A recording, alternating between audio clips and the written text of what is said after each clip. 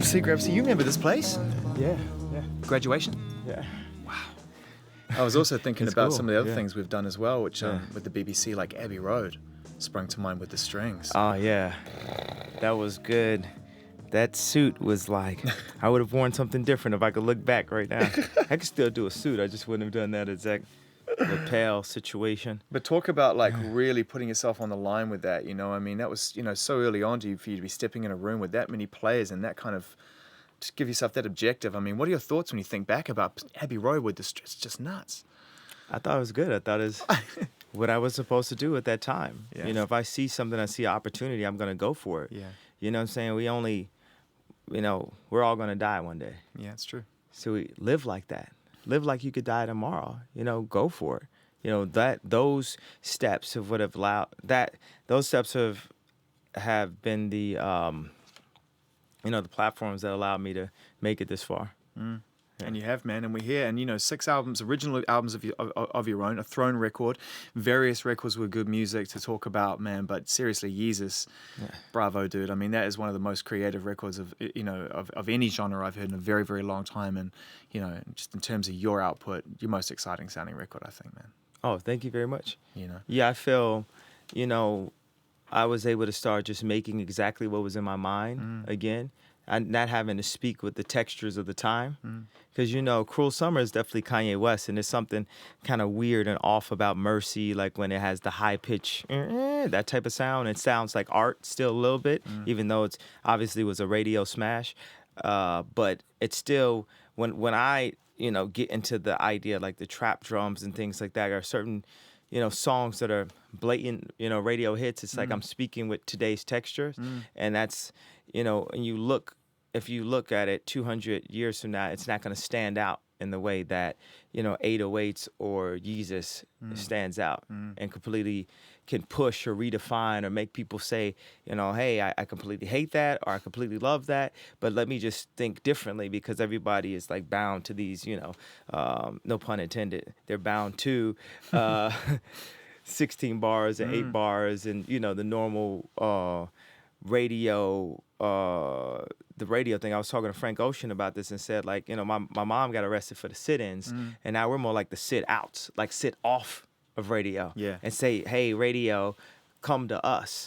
We need to find something new because it's being, controlled in a way and manufactured in a way that, really awesome, artists, can make amazing music and not break as far past as like something that's very like formulaic. So it almost feels like a duty to you in a weird way, having the people's ear, having people's attention, and for great music to be able to say, well, if I'm not challenging them, if I'm not challenging myself, not challenging radio, what am I doing?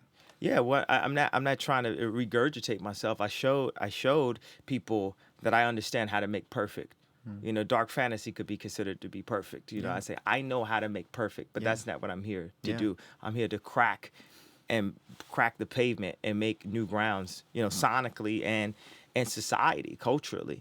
You've done that with Yeezus. I mean, it's fascinating for us to sit here and talk about this record now, because normally when I talk to artists about records of this nature, it's in the lead up to something. So we're all kind of playing a guessing game. You know what I mean? You could tell me what you think of the record, but I'm sort of trying to find my way around it. The audience probably won't have heard it. In this case, it's been out for a minute, so we can reflect on it with the benefit of hindsight too.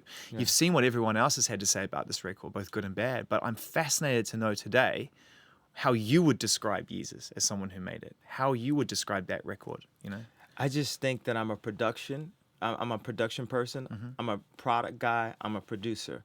So if I'm working on a John Legend album, I'm going to try to give John Legend the best, home for him to stay in.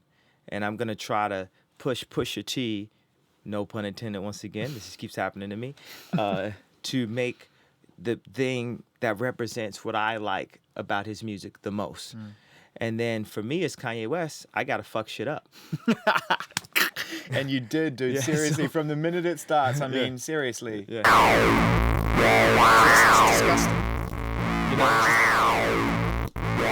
So you're up in the loft probably at this point, and you're kicking around ideas, and you're putting things together, and this sound comes into your head, and you're like, this is what I'm looking for. This is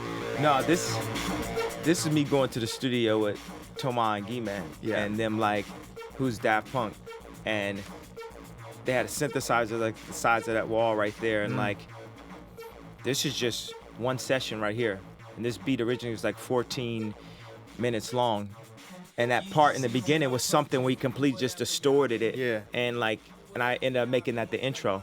You know, I got beef with you over this track. It's too short. I wanted more out of it. You know, because it's one of the best beats on the record for me, and you know, it just feels like you're just getting warmed up. Was that kind of deliberate? You know, to pull back after only a couple of verses and go, you know what, we're gonna get on with the album now.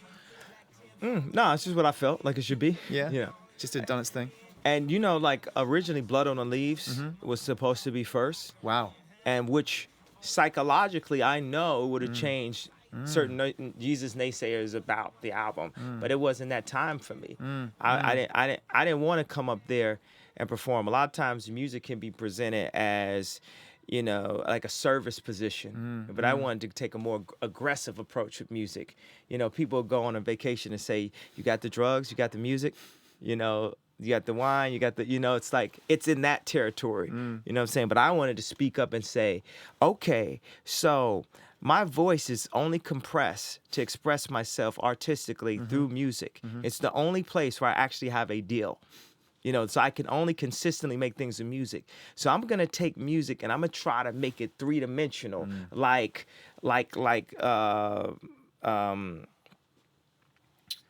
on Star Wars, and the hologram will pop up out of R2-D2. I'm gonna try to make something that jumps up and affects you in a good or bad way. Yeah. Whether it's I'm going into a scream in the middle of the track because that's just the way I feel. Yeah. But I'm not here to make easy listening, you know, easy programmable music. No, you're so off the reservation on this album in the best possible way. I mean, like you talked about, the way that you use your voice in different ways. You know, you don't rely on conventional rhyming flows. Your flows I mean, the opening line, "Years' season approaching," you know, "A monster's awoken." Like, you know, you're laying it out there. This isn't my, you know, beautiful dark twisted fantasy part 2. You know, I'm wiling out on this record straight away. And then from nowhere as well, we just get treated to these wonderful moments where, like you say, it's almost like a collage.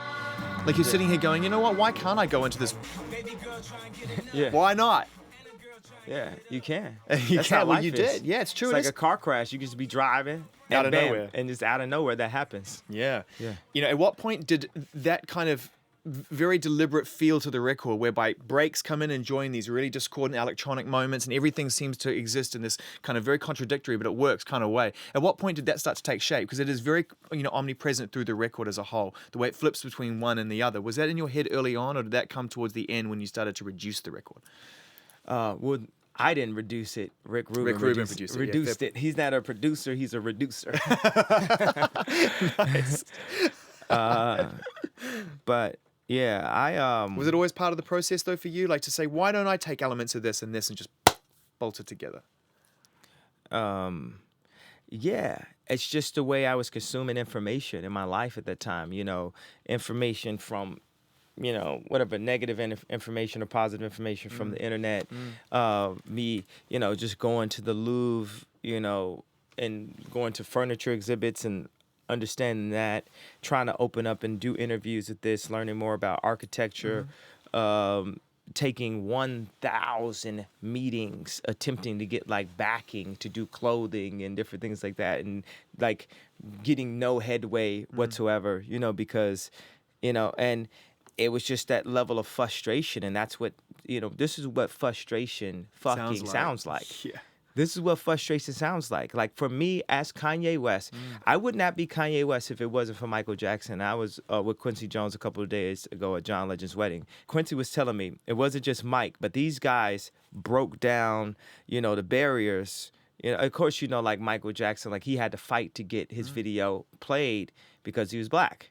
This is Michael Jackson. Michael Jackson's not even black. He's Michael Jackson. You know what I mean? It's like in a you know, like saying he's so crazy, like how can he even be just classified as like, you know, this black artist? So for me, you know, in my life and creativity, it's been challenging. Yeah, it's been challenging and everything, but I was able to ascend to massive levels of heights and never stop, right?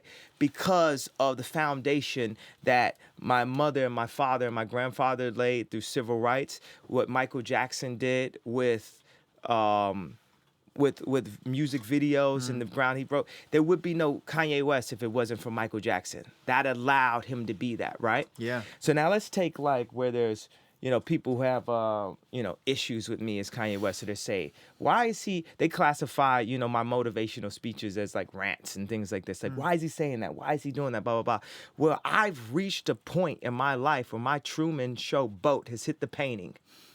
And I've got to a point that Michael Jackson did not break down. I have reached the glass ceiling as a creative person, as a celebrity. When I say that, it means I want to do product. I am a product person, not just clothing, but water bottle design, architecture, everything, that you could, think about. And I've been at it for 10 years. And I look around, I say, wait a second, there's no one around here in this space that looks like me. And if they are, they're quiet as fuck. So that means, wait a second. Now we're seriously like in a civil rights movement. Like people used to joke about, do you remember our South Park photo? Yeah, I do. Remember how funny that was? Do you think there would be a Givenchy in the hood if it wasn't for that South Park photo? Yeah. But no one thinks about that. No one thinks about the names I got called for like wearing tight jeans. You reference that in the record. You talk about that. No one's liked him since you've been wearing tight jeans. Yeah. Everybody knows that you brought back real rap. I mean, you referenced that in the record. Yeah, but what I'm saying, I had all that, but I bought real rap back. I'm going to do dope things, and I want to take this opportunity to speak to something because I go to Hypebeast, right? Sometimes just to look at the new things that are coming out and everything.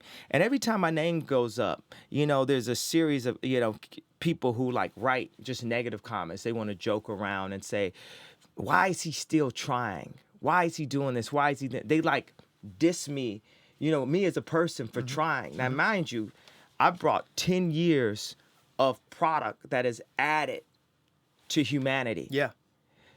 And now what they don't realize when I say, hey, this is Pusha T, this is what it is, I have to remind Pusha T that he's Pusha T. Because the radio, if they're not playing a song of his that has an R&B hook on it or works at a certain level of trap tempo and plays in Club Live, it's like we forget about that Clips album that meant everything. Yeah. And the reason why I related that to design and what we do in design is saying that's the music that us as creatives that wanted to get into design, we looked at Clips as the gods. And this is our soundtrack to creativity. And it's not a trap beat that comes in on that soundtrack to creativity. Yeah. You know what I'm saying? It's not no knock to trap because, I did Can't Tell Me Nothing. I like it. But it's been commercialized to the point where it's like, and I'm not mentioning no names, but when people used to use the term R&B nigga, right? People used to use the term, but then it was rappers. But then rappers didn't want to be no R&B nigga. Now the rappers is the new R&B niggas. The rappers the new radio. Like, where's the culture at? Yeah. Where is the culture at? So then I scream and I'm sitting in the middle of it. Whether I'm at a dinner with Anna Wintour or, I'm at a listening session with Pusha, or me and Virgil are in Rome giving designs to Fendi over and over and getting our designs knocked down. Brought the leather jogging pants 6 years ago to Fendi, and they said no.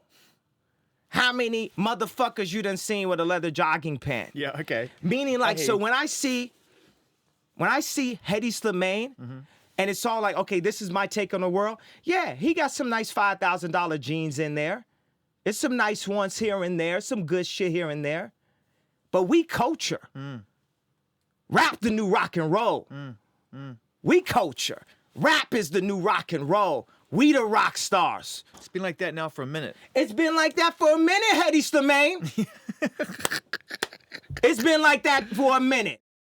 And we the real rock stars, and I'm the biggest of all of them. Wow. I'm the #1 rock star on the planet. There it is. That record, it says that. That's what your album says. And you come out. And, there are songs on there where you make that very clear. So what I want to explain to everybody out there is like, I make music, I can do it, but I shouldn't be limited to only one place of creativity. And it's literally only like 1 or 2 or 3 reasons why I haven't been able to break that down. But why would you feel that you are? Because, and I'm No, just trying. this is the thing is you guys don't understand. You guys don't understand. You guys don't understand that I did the Yeezys and they eBayed for $90,000. Right. And people wanted them bad as whatever, right? But I didn't get a call from Nike the next day. You guys don't understand that I've met with companies and they say, what we're trying to figure out is how we can control you and control that. If you're an architect, if you're a world builder, if you have all these ideas and you're Gaudi and you want to build buildings, if you don't ever get that out, what's going to happen? Isn't that why you do it? Isn't it the process? Isn't it the point? Y'all don't think to you're do really it? hearing what I'm saying. But I'm trying to. As a creative, Yeah. for you to have done something to the level of the Yeezys and not be able to create more. And you cannot create that on your own with no support, with no backing. So when I say clean water was only served to the fairer skin, what I'm saying is we're making product with chitlins, t-shirts. That's the most we can make, t-shirts. We can have our best perspective on t-shirts. But if it's anything else, your Truman Show boat is hitting the wall. And what's more important to me about this than everything that I could do sonically and everything is, if I go somewhere and someone says, hey, we don't like Kanye West, you've heard that before, right? What people don't realize is I want to make uniforms for my high school basketball team through brand Yeezy. I want to make that one step and then make another step and then eventually do uniforms for the entire city. Then I want those uniforms to be hot and make money then I eventually want to be the anchor and the force behind $1 billion company. And after I made that $1 billion step, then I can go in and say, hey, I've got an opinion on this. And that could be a $10 billion step. And I eventually want to be the anchor of the first $1 trillion company. But when you sit and you have a meeting with a company and show them the most innovative take on theater, because you thought of it one night while you're sitting on top of Watch the Throne set, which you designed with Ez Devlin. And I designed the set with Ez Devlin, and I thought of, okay, surround vision. It should be a screen above you, below you, to the left or right of you, and in front of you also. Then I paid my own money that I get paid for doing Gold Digger, which I never really liked that song, but I always knew I would get paid for doing Gold Digger.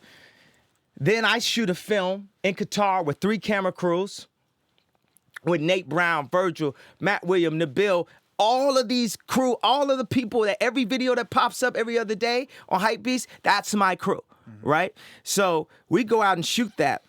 3 camera crews over 5 days, edit it over 30 days, show it at show it in Cannes the night before Amphar on the beach, build it in a pyramid with Rem Koolhouse's agency, design the entire thing, put editors in it, blah, blah, blah. People give a standing ovation. I do an interview in New York Times the next year to say, hey, I did this and I want to let you know I did it, right? Yep. And then it doesn't get mentioned in the interview. And a week later, they do an interview with George Lucas and Steven Spielberg, and they're talking about what the next frontier of theater will be and how it'll be higher priced tickets and it will be something that's surrounding you and blah, blah, blah, but maybe it's in the goggles. I said, wait a second. I just only did the interview to tell people that I invented it. I made it. Like I remember when I was dropping William Morris, right? And then Sarah Newkirk at that time said, before you drop them, go meet with Ari Emanuel. And I sat with him and said, Ari, I'm an inventor. And he goes on to tell me about the way it works. And what he said is, you are a celebrity. So basically what's gonna happen is there's product here. And this is where you end up, right here. If you can communicate this product, you can make money off the product. Because look at Gaga. She's the creative director of Polaroid. I like some of the Gaga songs. What the fuck does she know about cameras? So it becomes all of this thing where all of the musicians try to get more money by promoting other products, right? So you'll say, hey, you know what? I've got this water and we've got this red version. We got a red bottle and we got a David Beckham version here. Then we got a blue version. So my opinion is no more than the patina on top of it. When I understand the reason from my core of why something should work all the way through. So I understand we want to make it about music, but I wanted to take this step to say, we got this new thing called classism. It's racism's cousin. This is what we do to hold people back. This is what we do. And we got this other thing that's also been working for a long time where you don't have to be racist anymore. It's called self-hate. It works on itself. It's like real estate of racism.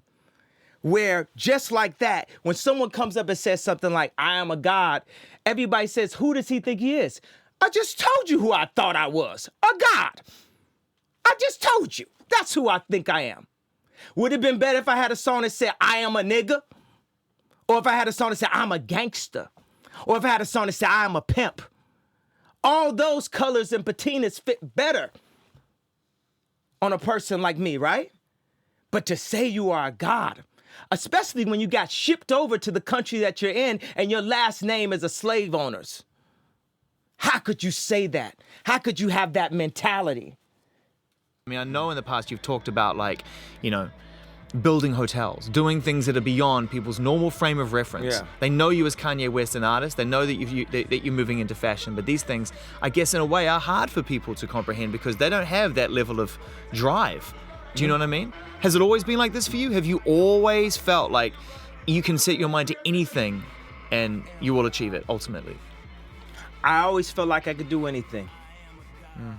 That's the main thing people are controlled by. Thoughts, their perception of themselves.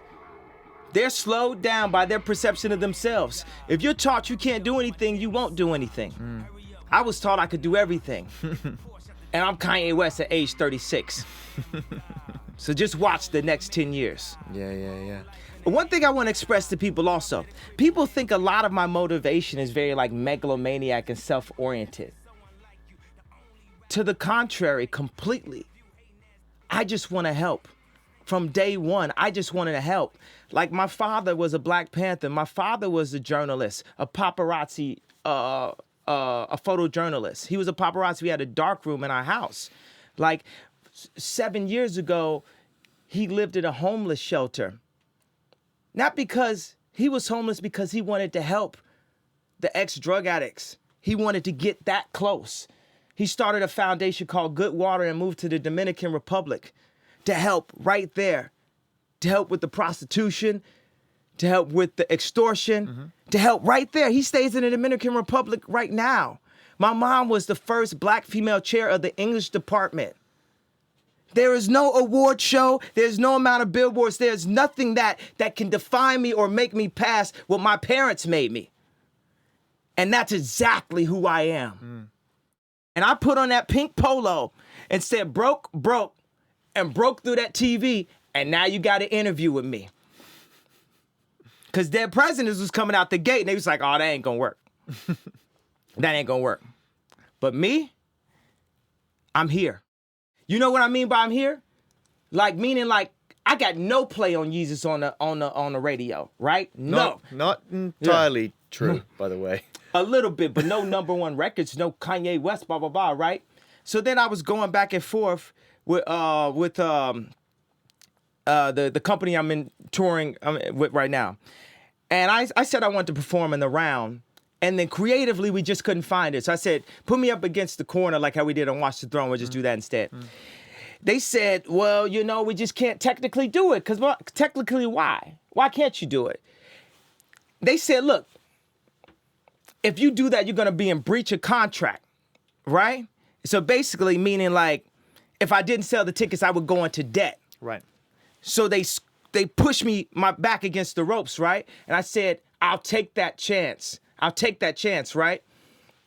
So pre-order, 9,000 the first day in Chicago, doubling Watch the Throne, full pre-orders in one day. That meant the people stood up and said, we like what Kanye is saying. But we like new slaves. But we do that all the time. Yeah, but not through radio. Well, yeah, but I'm a radio broadcaster and I love your records. I mean, for me... No, I'm not pinpointing just you. I'm talking about the overall radio. There is no Get Lucky on the album. And perhaps, it's just because that just wasn't the song. But and maybe it could be that. But it sounds like there's hits on the album to me. But it sounds like there's hits that's distracted by the statements, fuck you and your corporation, y'all niggas can't control me on the first single. Yeah.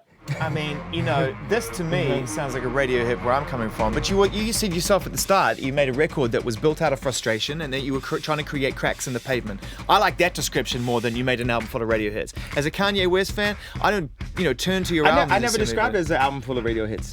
No. But I'm saying, I'd prefer than you to describe it as a cracks in the pavement than to have made a record just full of radio hits. You know what I mean? I want to hear where you're at. Pause that. That song is a hit song minus the line, fuck you and your corporation, y'all niggas can't control me on your first single. I think it's a great record. But you ain't hear what I'm saying. Go on. That song's a hit record minus fuck you and your corporation, y'all niggas can't control me, said on your first single. Because if you can't control me, then you can't control him, then you can't control him, then you can't control him, and then the information age starts. What Kurzweil is talking about starts. What Steve Jobs has left us starts. Steve Jobs made the internet usable. This is the information age. We barely scratched the surface. Yeah. There's things that are moving. The entire music industry was hit by a fucking glacier by the internet. And Sean Parker just like that glacier up in there. And Steve was like, no, wait a second. Come on. Yeah. Give him a little time. There won't be any music. You just give it away like that. Yeah. You know what I'm saying? But shit is changing. Yeah. People are going to look at this interview and say, hey, I understand what he's talking about. People are going to look at this interview and say, I don't like Kanye. Look, he looks mad. I don't like his teeth. They're going to say, why doesn't he just focus on music? I liked him as music. They're going to say, hey, I want the old Kanye, blah, blah, blah. But one thing they will do, they will play this interview in 5 years. They will play this interview in 10 years and say, he called that, he called that, he called that. He said that was going to happen. That was going to change. You're a futurist. Yeah. I'm a postmodernist at best as a career. I'm a futurist mentally. Talking about the internet and where you feature into that, obviously it's just a small part of the future, and being a futurist, it's only just an aspect of it. It's changed the way everything moves, but it certainly with regards to music. It's the biggest part. It's our Earth. Well, like you remember, you see future movies and everything was in the sky. Like it moved to the sky. That's where it is? That's the internet. Right. That's what it is. That's our sky. Yeah. That's our future sky. We kind of thought we knew what it was, and it's flying cars. We didn't get flying cars, but we can send movies like in 2 seconds. Yeah, that's a very good point. That's a very good point. So you talk about it being in its early stages and it being really not even yet at a point where it's developed its true potential. I mean, what are the key things that you've learned in your journey? Because I'm fascinated to go down this road for a minute if you want. We could talk about this record. I'd love to. But while we're here... This record is just the codes of that. Go listen to all my music. It's the codes of self-esteem. It's the codes of who you are. If you're a Kanye West fan, you're not a fan of me. You're a fan of yourself. You will believe in yourself. I'm just the espresso.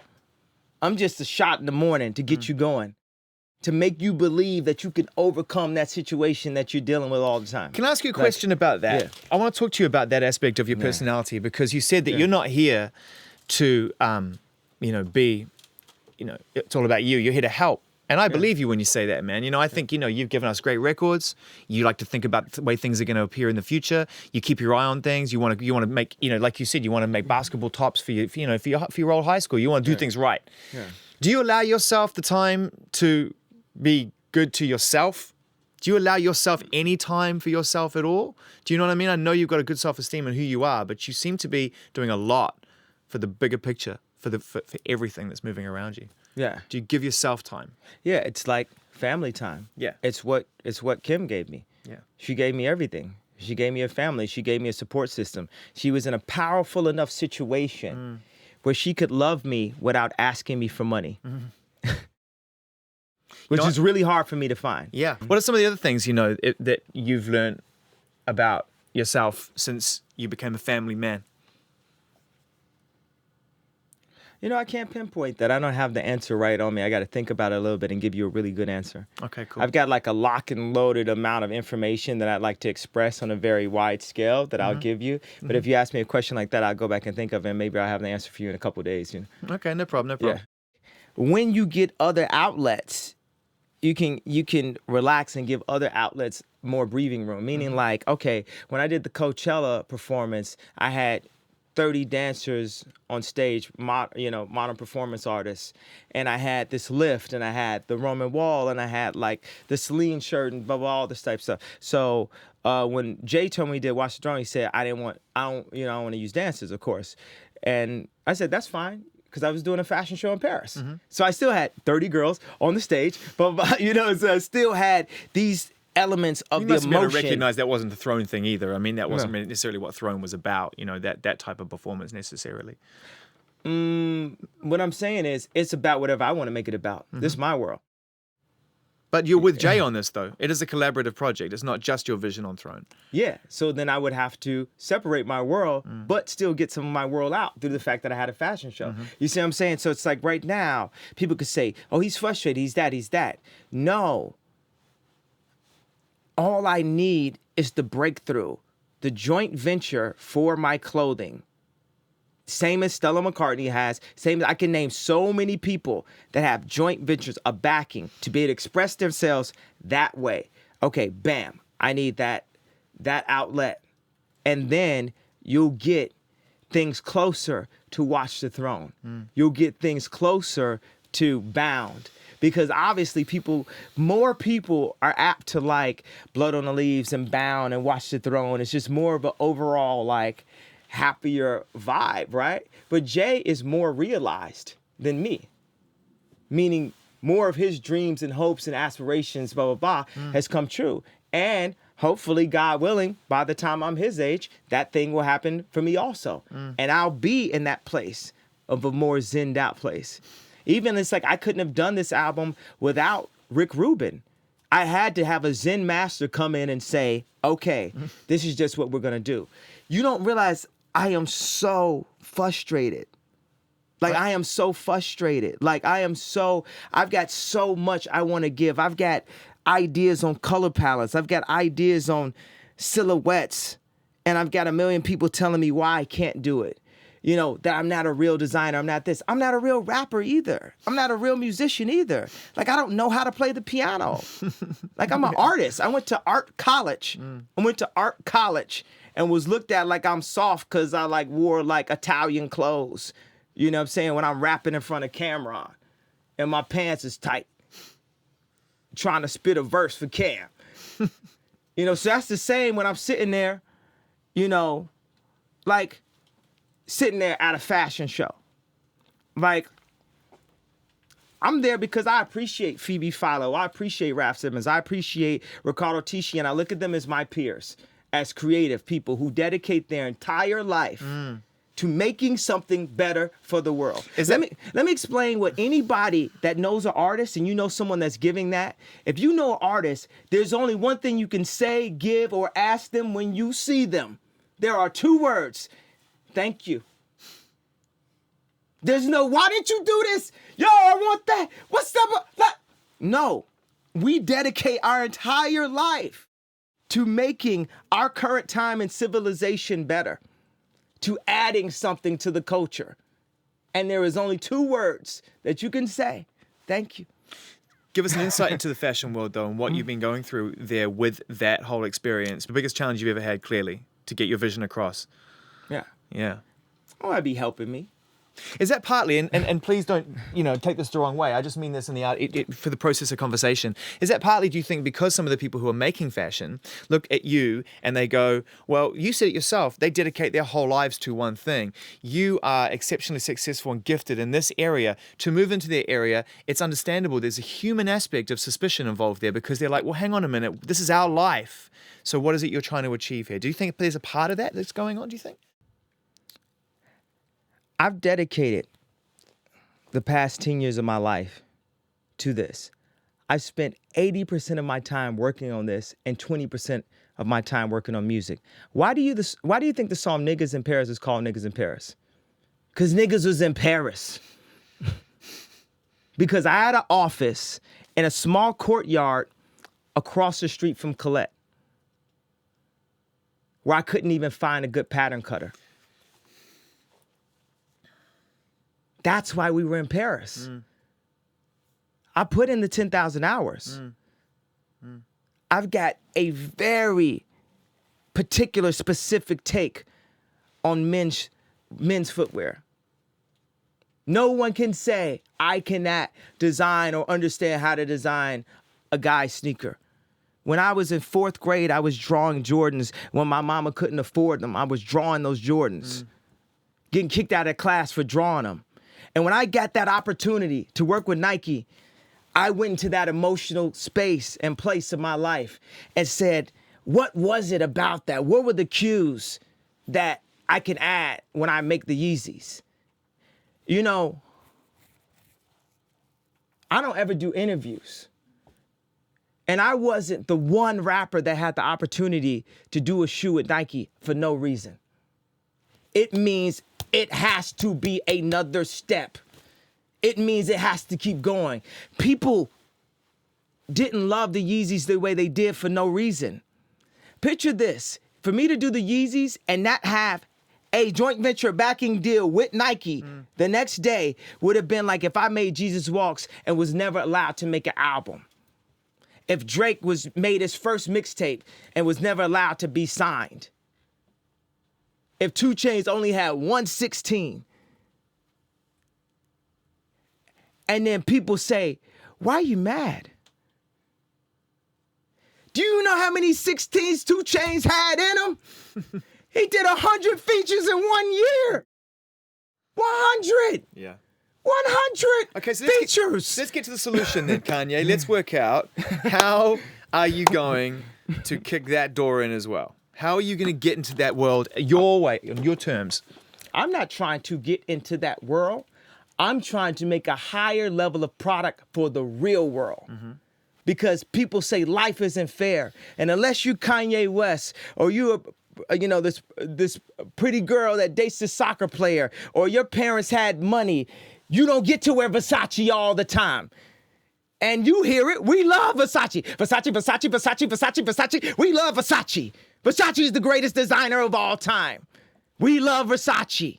But unless you was to the point where you rap so good and knock down so many doors and produce so much shit that you was able to actually get Dame Dash to give you a record deal because you was a producer. Not because he liked your raps, but because you was a producer. Just because Dame knew what was up and he was downtown with the models and the artists and all that shit. Yo, look at this kid got some talent.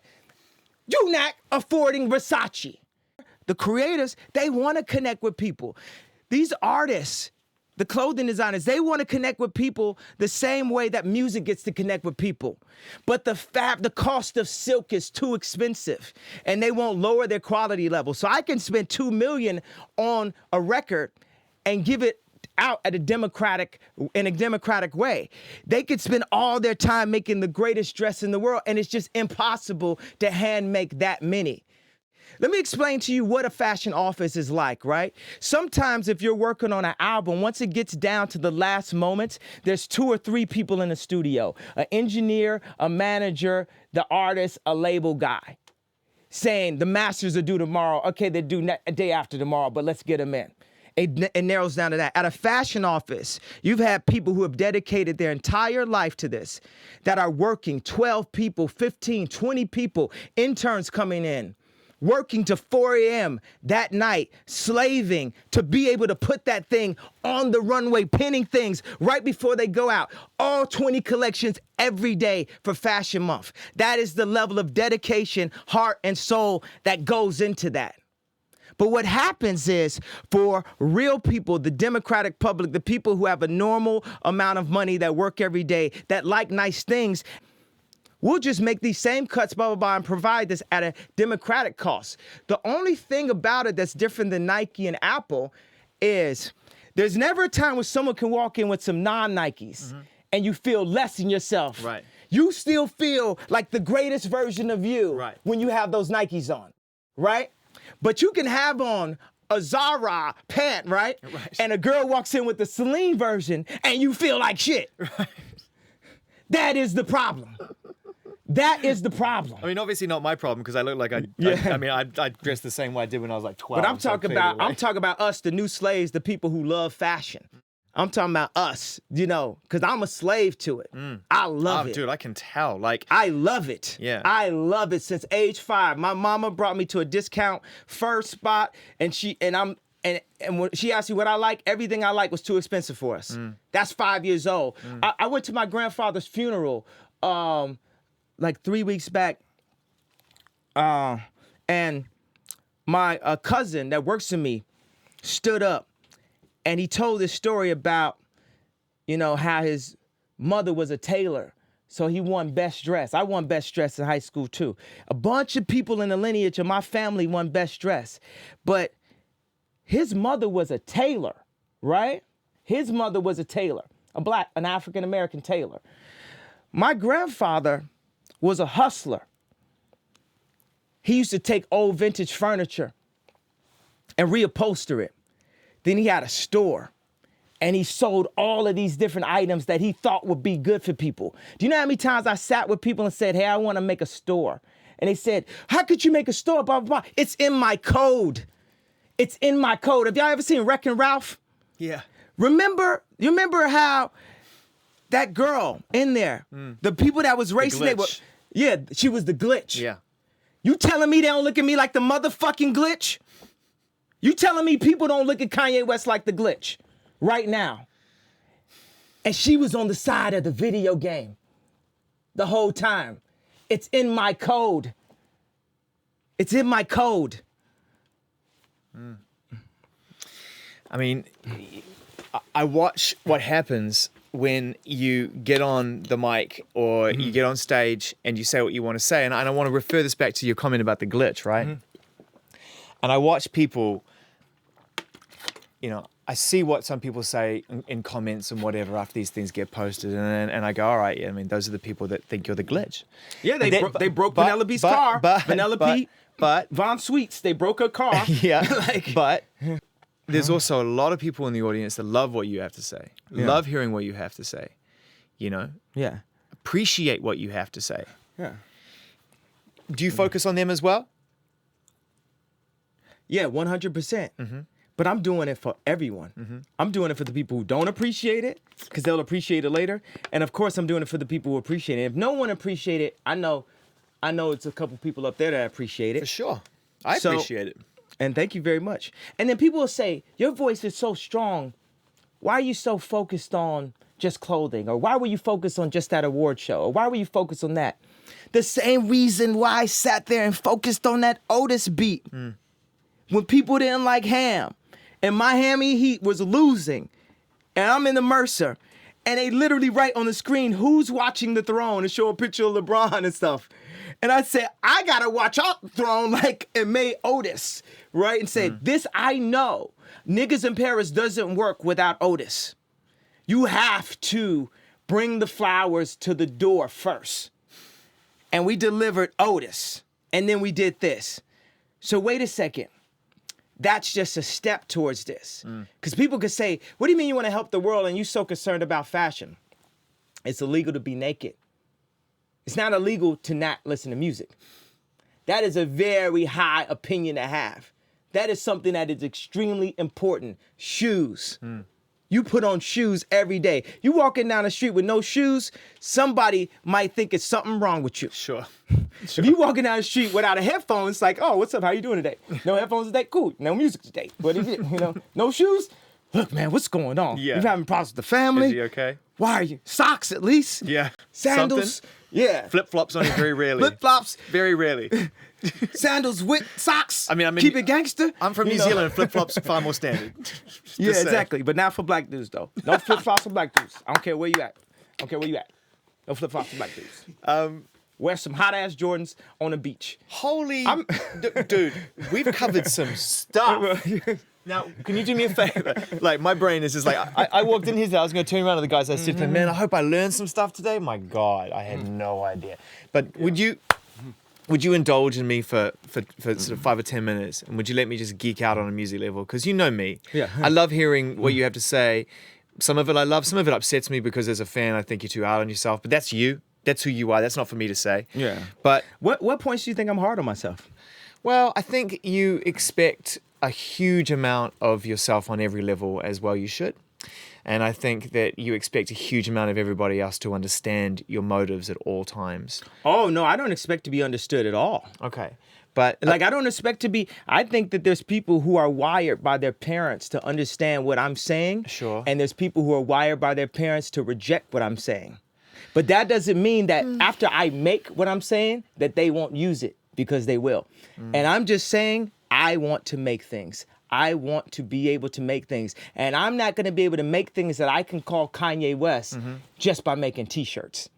At a certain point, it has to connect. I would not be here if it was not for a Rockefeller chain.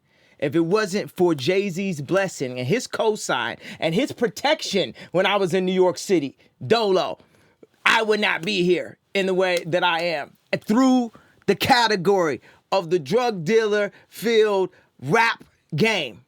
Me as Kanye West, as a young revolutionary coming out of Chicago, would not have made it that far without Jay-Z being my big brother and watching my back at all times. And this new place that I'm going to and what I want to do, it has to be someone that says, because the thing is, I'm speaking to everybody, but I'm also speaking and sending cues to the right people to say, come and help me help everybody else. You will win with me.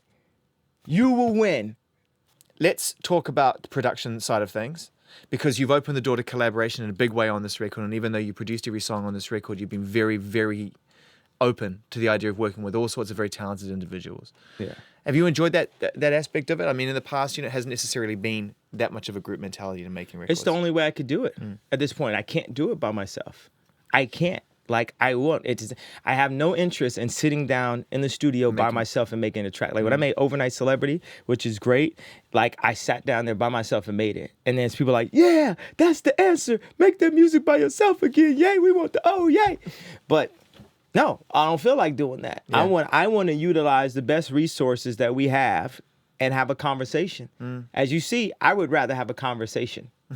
Was Throne a turning point for that? Because it felt like with Throne there was a freedom there that didn't necessarily feel like you were carrying the whole thing on your own, and also you were free to be an MC, to be up front and be a part of that process with Jay, and it wasn't like, oh, Kanye, the producer, rapper, the whole encompassing thing. Did that begin around that time? Yeah, around, but Dark Fantasy though, when we sewed that fabric so tight, like for 8-9 months, Pete Rock and No ID and Q-Tip, everyone coming down to Hawaii, Nicki Minaj, Rick Ross, we like texture, Jeff Basker, we created those textures to collectively. Like I would be, eating breakfast with Ross in the morning and just come up with a line and stuff. And then we all go play ball, and Nas will come out there and play ball with me and Common and stuff, come up with another line.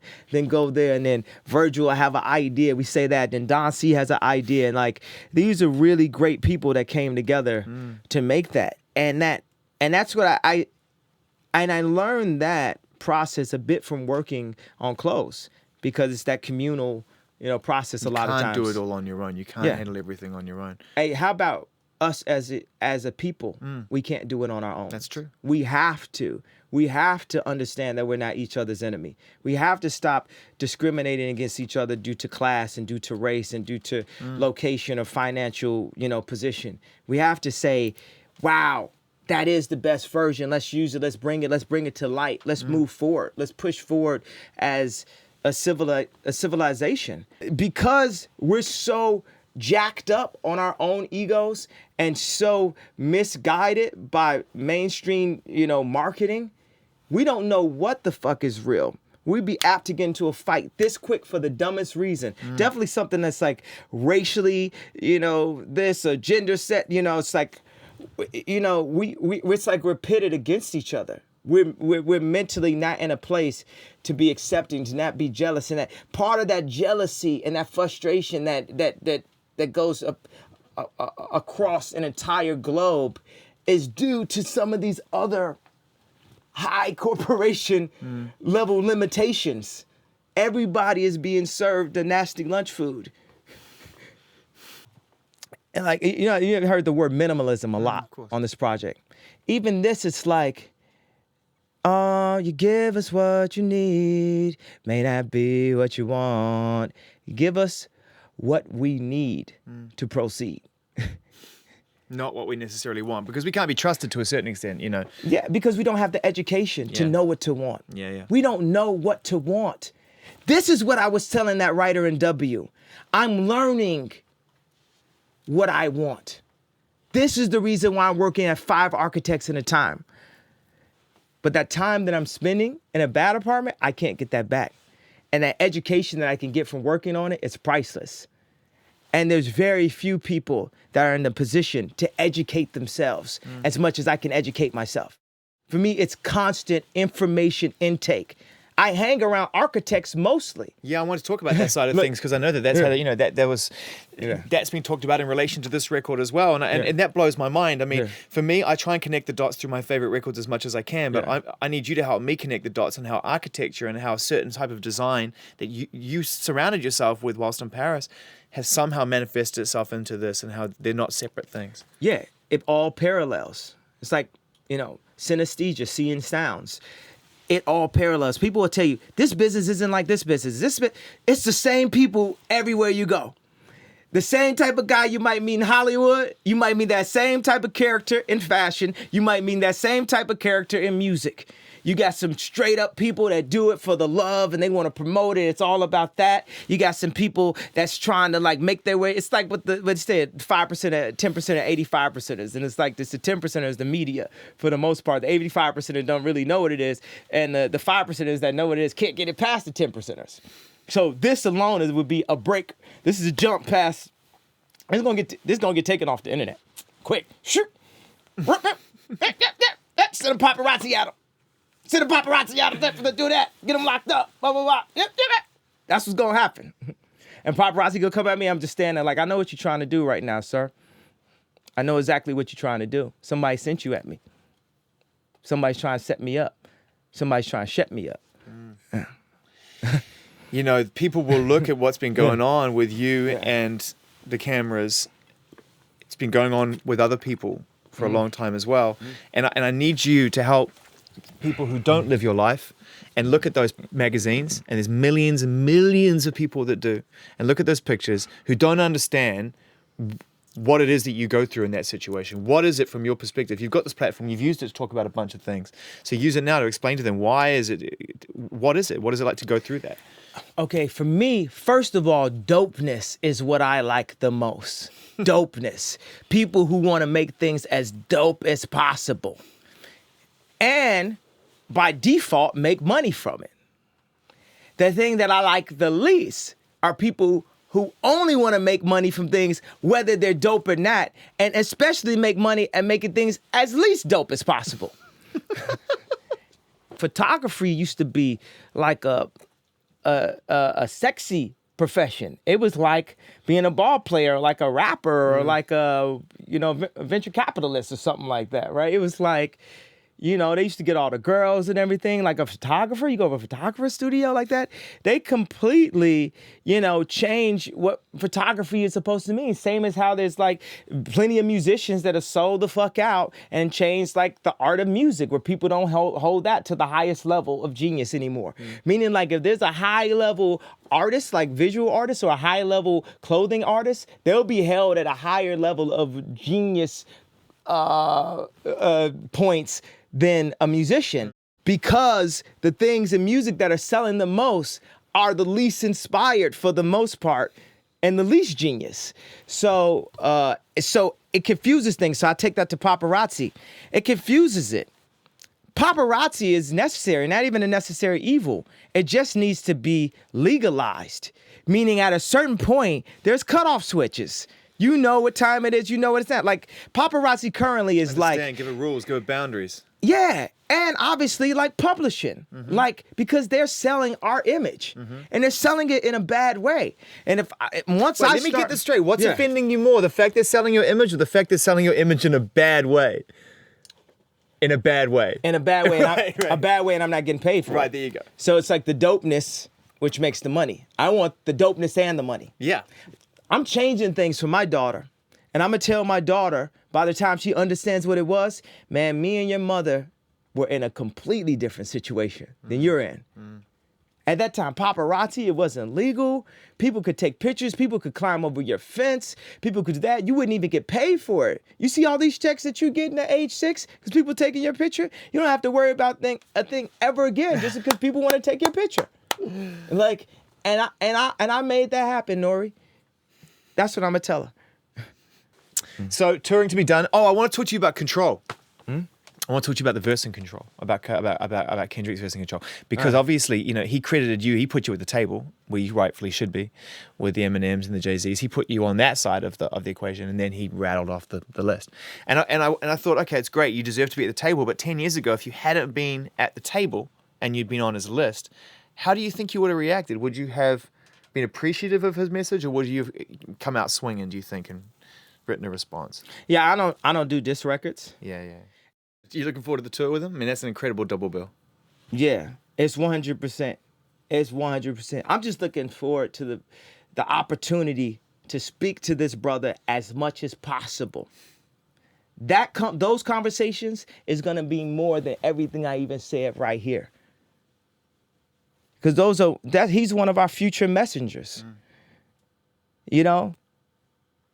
And I'm gonna give him them jewels. Let's talk about this track here, which was the first track that we were given off this album to play on the radio, which we did. You said no singles, but we ran with this one early and we've proven to be right. So let's talk about this track here and who you worked with. You worked with Daft Punk on this in part, and how the song came together. Well, Daft had the drums, and then I just took the record and I just started. Both this song, I Am a God, and this song were made after Hedy Semaine didn't let me into his first St. Laurent show. But it wasn't that, he wanted me to go, but he just told me I couldn't go to any other shows. Right. So, and I was like, wait a second. I can't go, you're not telling no editor they can't go to any shows. Yeah. I'm not your boy. Yeah. You could control me in some way. So off of that, I went into the studio with the producers that made the music for his show. Right. And made I Am a God and Black Skinhead. And that was your reaction to that situation. That was my reaction. That was the aspect of frustration you talked about. It's poured into this record. Yes. Yeah, right on. I mean, let's talk about another track on here as well. New Slaves, which is, you know, one of my favorite songs on the record, and, you know, it's just, as far as beats go, it's just remarkable before we even get stuck into the subject matter, which is a whole other level. Yeah. I mean, you're talking about the materialism, about commerce, about corporations and everything else, but at the same time, you know, there's a blurred line between whether or not you're a part of it, whether you're objecting to it, or where it stands. I mean, just give us some insight into what this song is. I'm 100% a part of it. I'm 100% in it. I'm 100%. I want to overcome it. Sometimes I'm the communicator of it. Sometimes I'm the maker of it. Sometimes I'm the consumer of it. I'm in it. I'm in the game. But for me,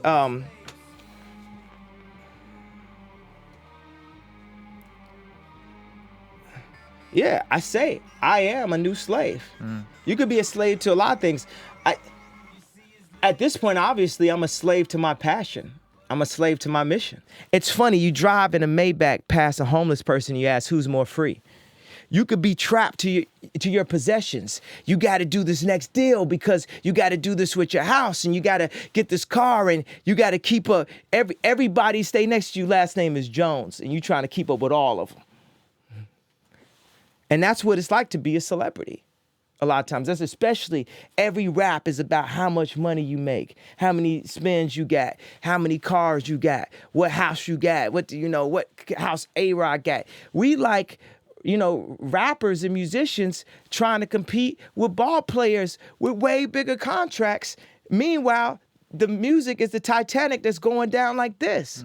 And everybody from the execs to the musicians are running around trying to see how they can still keep that certain house level, that certain car level, that certain thing up. And of course, for me, I'm blessed and I'm privileged because I made such a powerful impact that I can make a certain amount on tour. But also, I'm blessed and cursed by my level of education. To be a visionary, all you have to do is make decisions based off of your eyes instead of your ears and your memory. Meaning, so at the moment of the MTV Awards, I made that decision based off of my eyes. I was like, that's not correct. That is invalid. Completely invalid. And everybody else, don't move. That's off their ears. Oh, he gonna get in trouble. That's off their memory. They don't move. They're enslaved. They're enslaved to what could possibly happen. We're constantly enslaved. There's glass ceilings. There's glass fences. There's invisible walls. Don't think I ain't been many a times singing like 5 heartbeats in pairs. I've been up there singing. Y'all want to diss one of my outfits? Y'all want to say that? Y'all want to like try to diss one of my girlfriend's outfits? Blah, blah. We just singing. Y'all singing group, ain't y'all? We came out there, they was talking like, y'all singing group, ain't y'all? Sing something then. And what we sing? We sang Pyrex. We sang Ben Trill. We sang Snapbacks. We sang Yeezus. But we want to sing Nike. We want that clean water. I tasted it. I see what it's like. We want to sing Louis Vuitton. We want to sing on a Gucci level. We want to sing as high as we could sing when we had pyramids. We don't want to just have a little print on the back of our jacket that costs $2,000, making us feel like a king again for a day. We don't want to just have the jewelry just trying to make us feel good. We want to be good. That's creation. That's that thing that people slave over. That's that thing that people are slaves to. That's that thing I'm a slave to. That's passion. That's that thing where you can hold it. That's that dreaming about a new pair of Jordans.